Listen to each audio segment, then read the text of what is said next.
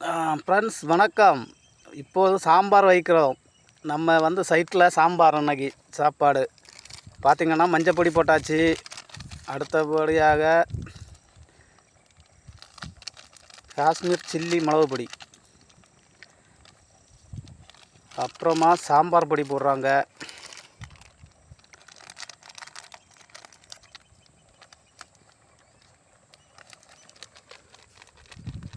சாம்பார் பொடி,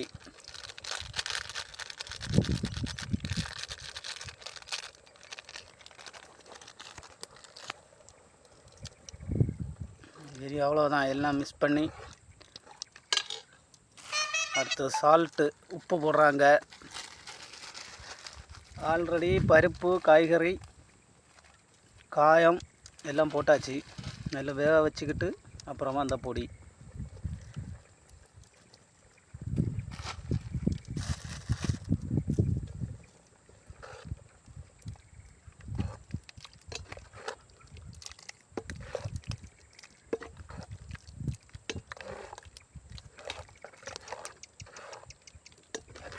ஓகே.